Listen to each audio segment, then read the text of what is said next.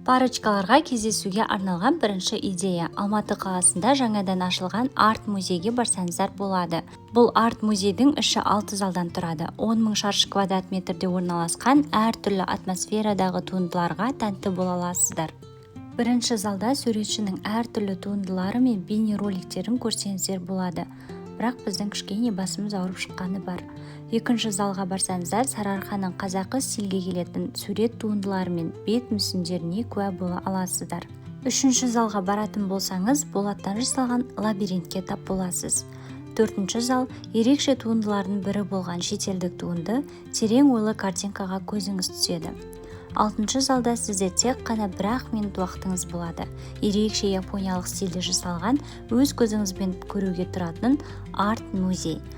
Арт-музейге келіп, ұзын сонар очередте тұрмас үшін онлайн билетті заранее алып алыңыз. Стандарт билеттің құны 2000 теңге тұрады. Адресті осы жерге қалдыратын боламын.